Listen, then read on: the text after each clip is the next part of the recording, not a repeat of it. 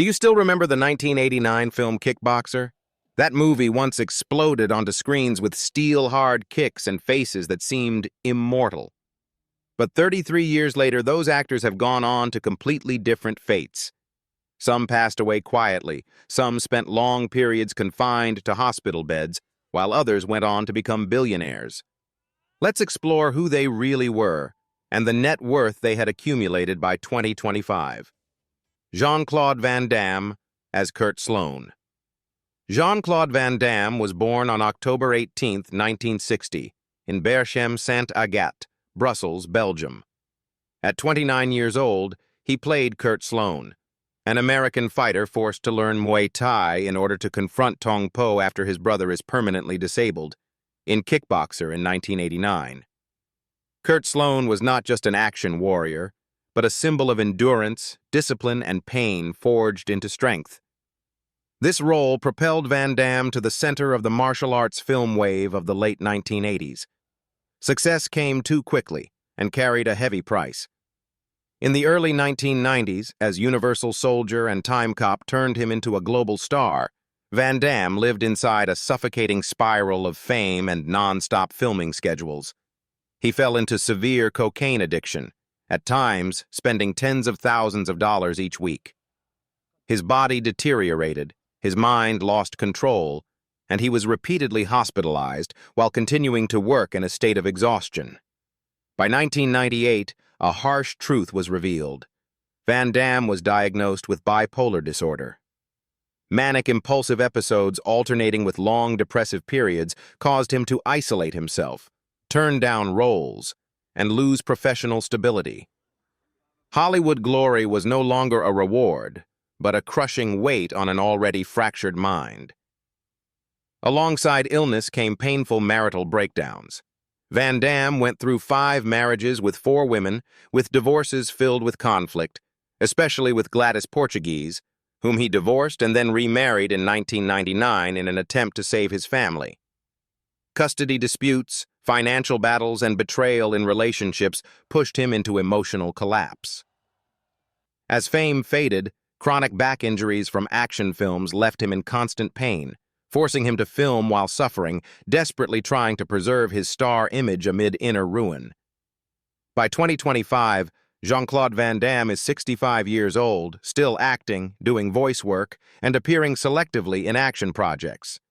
After addiction, illness, and personal collapse, he stands with an estimated net worth of around $40 million US, not merely money, but the cost of a lifetime spent paying the debt of fame. Michel Qissi as Tong Po. Michel Qissi was born on September 12, 1962, in Oujda, Morocco. He was only 27 years old when he played Tong Po in Kickboxer in 1989, a brutal Muay Thai fighter, a cold-blooded antagonist who forces Kurt Sloan to transform in order to survive. Tong Po barely needed dialogue. His massive frame, emotionless eyes, and raw violence were enough to instill fear. The role made Qissi one of the most recognizable villains of late 1980s martial arts cinema. Behind the spotlight, Qissi's marriage quickly came under severe strain. He married a woman outside the entertainment industry, living a private life and hoping for stability that Hollywood never provided. Unpredictable shooting schedules, unstable income, and constant travel slowly fractured the family. As Qissi appeared in Blood Match and poured his efforts into directing Terminator Woman in the early 1990s, his hopes for a breakthrough failed to materialize. Financial pressure turned into arguments, distance, and prolonged silence. The divorce happened quietly, leaving behind a sense of personal failure just as Hollywood turned away from one-note martial arts villains. Qissi was forced to carry the role of financial provider while emotionally exhausted, searching for roles and alternative paths simply to stay in the industry. Doors closed, confronting him with a painful question. Continue clinging to the profession at all costs, or accept a different direction to survive. At the same time, his body began to betray him. Years of high-impact action scenes from Lionheart to Kickboxer accumulated into joint injuries and chronic pain, forcing him to work while undergoing treatment. As his physical endurance declined, Qissi shifted toward training and fight choreography, while still holding on to the profession through Extreme Force, 2001, where he both directed and starred, a final attempt to preserve professional dignity amid lasting pain and post-divorce loneliness. By 2025, Michel Qissi is 63 years old, living quietly between film and martial arts, dedicating much of his time to training younger generations and participating in smaller projects. His estimated net worth of around $5 million reflects a life of persistence rather than glamour. Tong Po once terrified audiences on screen. In real life, Qissi carries the silent pain of a warrior who paid with both marriage and body to remain faithful to the path he chose. Dennis Chan as Xian Chow. Dennis Chan was born in 1949 in Hong Kong. In 1989, at 40 years old, he played Xian Chow in Kickboxer, a calm Muay Thai master who guides Kurt Sloan through fear and confusion after a family tragedy. Xian Chow was not a loud warrior. He was a spiritual pillar. This role made Chan one of the rare, deeply layered mentor figures in late 1980s martial arts cinema. After the film, Chan's marriage came under heavy strain as he attempted to shift his career toward Hollywood. Long trips, relentless work schedules, and the reality of being typecast in minor Asian roles led to unstable income. Financial pressure accumulated, time with family shrank, and Chan went through a period of separation from his wife, a painful decision made simply to breathe between two obligations, family and career. It was during this time that he realized acting alone was no longer enough to keep his household standing. In the midst of that crisis, Chan turned to screenwriting and producing as a means of survival. Millionaire Cop, 1993, was created during a time of family instability, not only as a professional project, but as an effort to prevent his family from collapsing when the spotlight could no longer guarantee financial security. Writing helped him regain control. Producing allowed him to fill the gaps that acting left during his most precarious years. The prolonged tension did not explode, but eroded his spirit persistently. Chan gradually retreated behind the scenes, working steadily as a writer-producer, and only occasionally returning in front of the camera with quiet but powerful roles, such as in The Man with the Iron Fists, 2012. Writing became therapy. He wrote to stand back up, directed to maintain balance, and learned to heal family relationships through perseverance rather than confrontation. By 2025, Dennis Chan is 76 years old and continues to work selectively in Hong Kong cinema. His estimated net worth of around $2 million reflects a career that was never loud but enduring, built more on behind-the-scenes labor than on glamour. Xian Chow once taught his student how to stand firm amid chaos. In real life, Chan chose the same path, standing upright and refusing to collapse. Dennis Alexio as Eric Sloan. Dennis Alexio was born on March 12, 1959, in Vacaville, California, USA. At 30 years old, he played Eric Sloan, an undefeated champion who steps into the ring with pride, only to be brutally destroyed by Tong Po in Kickboxer in 1989. Eric's fall not only shatters his career but ignites a chain of tragedy for the entire Sloan family. The character stands as a cold warning. The peak can disappear in a single blow. Off-screen, Alexio's marital life fractured in parallel with the decline of his fighting career. In the final years of competition, he lived under relentless training and fight schedules, constantly traveling, carrying the adventurous lifestyle and ego of a champion. Marriages collapsed one after another, followed by custody disputes and long periods of silence within the family.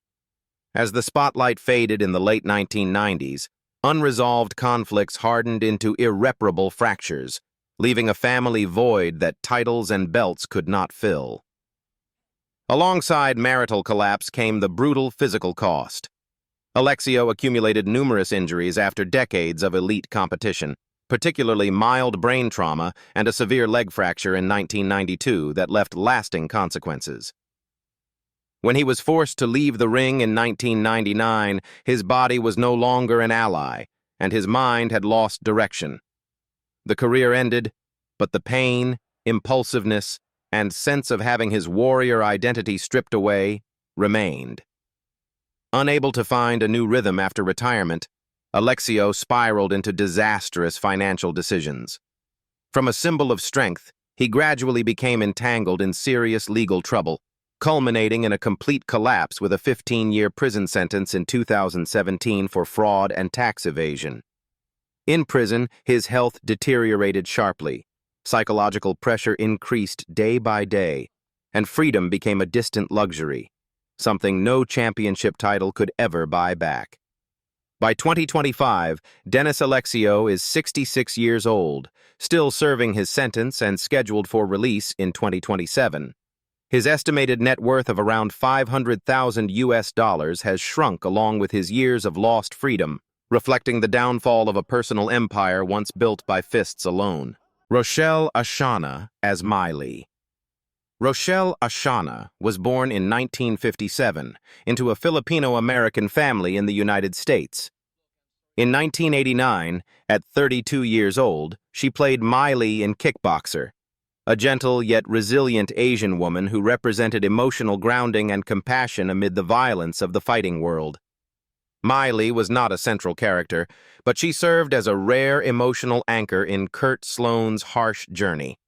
That small role was enough to convey a quiet beauty, standing in stark contrast to the brutal blows exchanged in the ring. After the film, Ashana's marriage began to fracture under professional pressure and the harsh realities of Hollywood. Being repeatedly pushed into marginal supporting roles, combined with gender and racial bias, caused her opportunities to shrink steadily. Unstable income, erratic shooting schedules, and the feeling of being left behind in an industry that was rapidly favoring youth gradually eroded her family life, leading to divorce and leaving deep emotional wounds. During that period, Ashana still tried to hold on to acting, appearing sporadically on television shows such as The A-Team and Hooperman. But each guest role that passed became a bitter reminder that major doors were steadily closing. As efforts no longer brought stability, financial and psychological pressure accumulated, forcing her to confront mounting hardships. Over time, it was prolonged emotional exhaustion that wore Ashana down the most. In the early 1990s, she chose to step away from the spotlight and transitioned into teaching the arts to children as a way to save herself after marital collapse and the feeling of being pushed to the margins. Teaching became a form of healing, allowing her to rediscover personal worth no longer dependent on roles or Hollywood's validation. By 2025, Rochelle Ashana is 68 years old, living quietly near Washington, D.C., balancing teaching with running a small photography distribution business. Her estimated net worth of around $1 million USD reflects a life that was not glamorous, but firmly grounded. Miley once stood at the edge of the fighting ring. In real life, Ashana also chose to stand at the edge of fame. Haskell V. Anderson III as Winston Taylor. Haskell V. Anderson III was born on November 26, 1942, in the United States. In 1989, at 47 years old, he played Winston Taylor in Kickboxer, a supporting character representing organization and institutional order, standing outside the blood-soaked vortex of martial arts. Winston Taylor had no explosive moments, but he was a necessary link in that underground world. The role mirrored the trajectory of Anderson's own career. After the film, Anderson's marriage appeared stable on the surface with his wife, Sarita Marie Ursula Baker, whom he married in 1987. There were no public scandals or dramatic breakups, but pressure arrived in quieter forms. Being consistently typecast as aides, staffers, and peripheral figures led to unstable income over the years, while family responsibilities steadily increased. There were long stretches without meaningful roles, during which Anderson lived with financial anxiety, trying to support his family while preserving professional dignity. Amid those uncertain years, Anderson did not leave the profession. He remained committed to theater, off-Broadway productions, and independent projects, from the lingering impact of Brotherhood of Death to small, uncredited roles that stretched on for years. Each role was a way to maintain rhythm, to keep himself from slipping out of the industry entirely. But as he entered later middle age, health issues began to surface. Cardiovascular problems became more pronounced, bringing chronic fatigue, regular medical checkups, and constant concern. During that period, he appeared in This Christmas, 2007, as Reverend Caldwell, reflecting his own journey of slowing down in order to endure. Illness did not defeat Anderson, but it forced him to accept the limits imposed by time. He reduced his workload, became more selective with roles, and prioritized family stability over continuing a pursuit of fame that had already passed its peak. In the years that followed, he gradually withdrew from the screen, living privately and devoting time to personal life and recovery.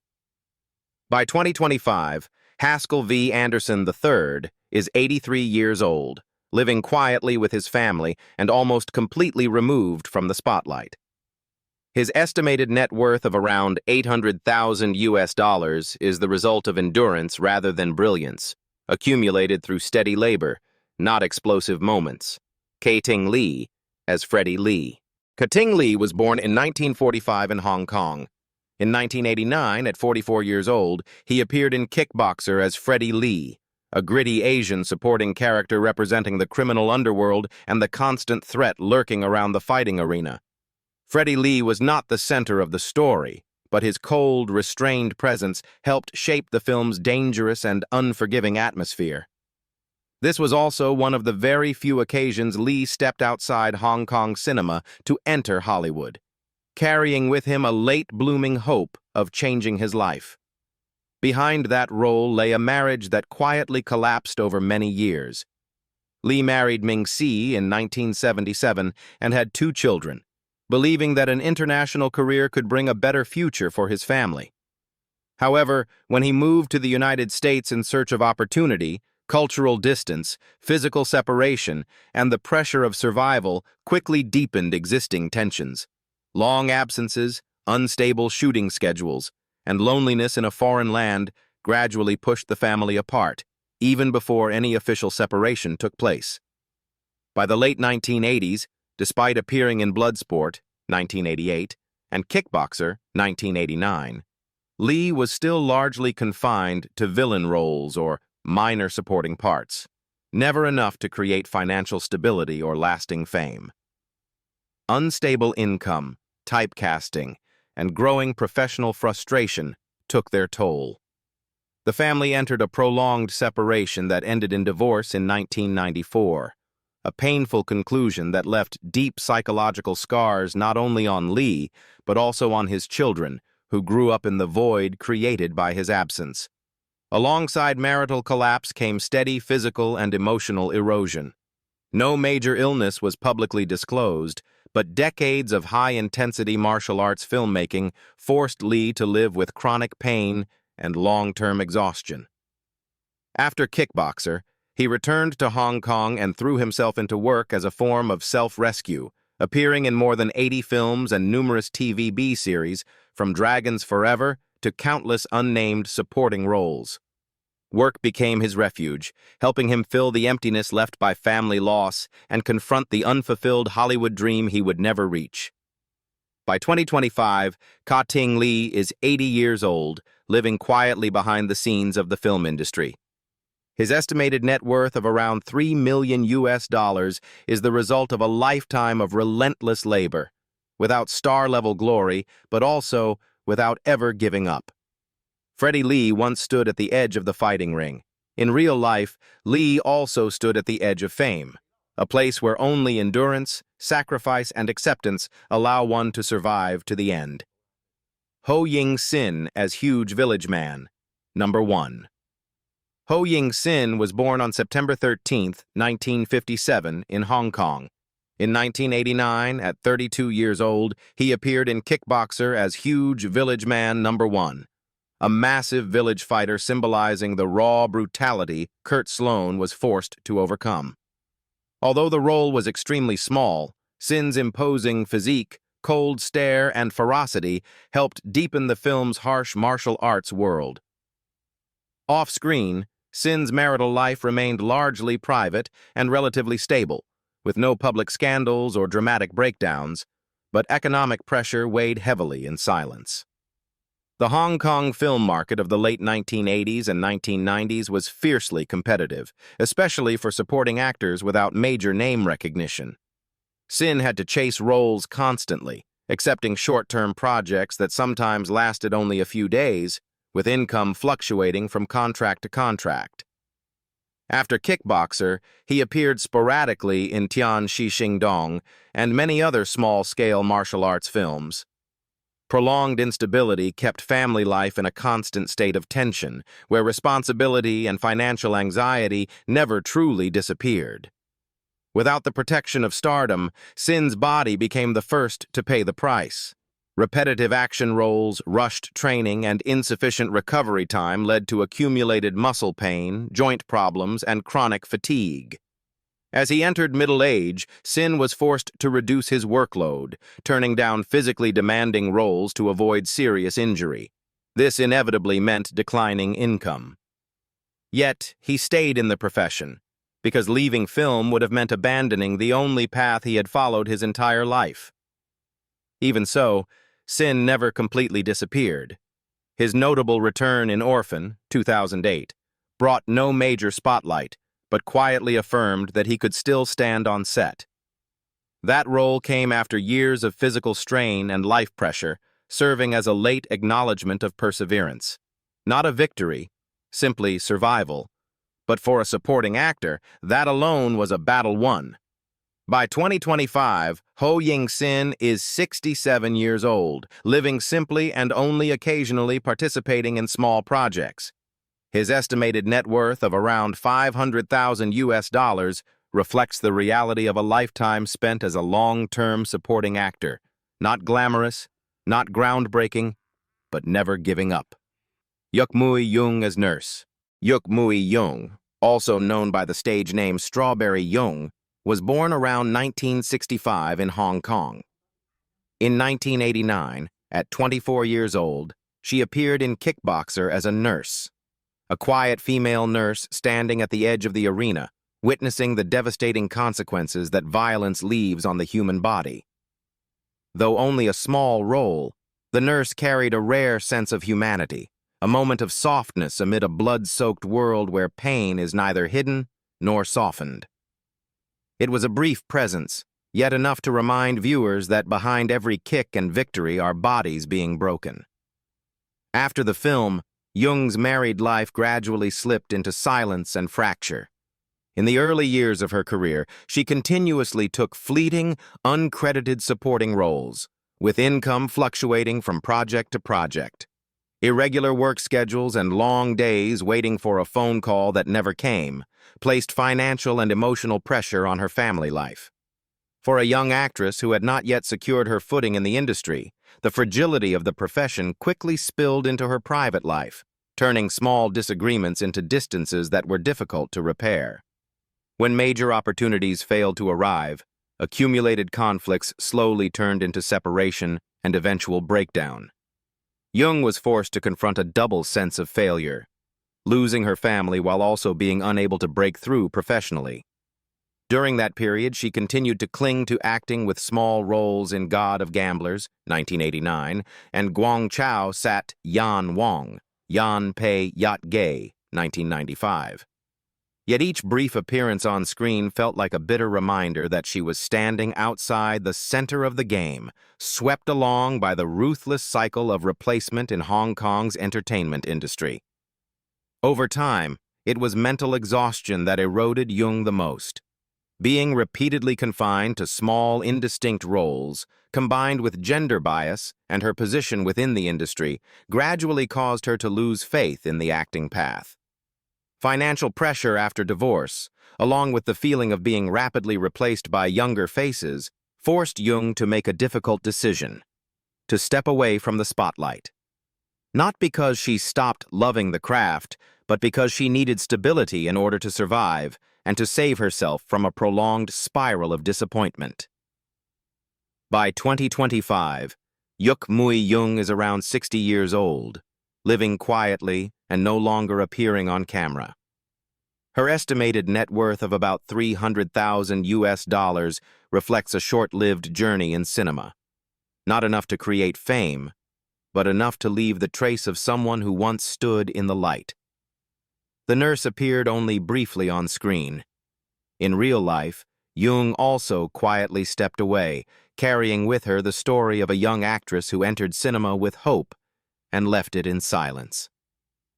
Dean Harrington as U.S. announcer. Dean Harrington, born Daniel Dean Harrington, was born on September 9, 1948, in San Francisco, California, USA.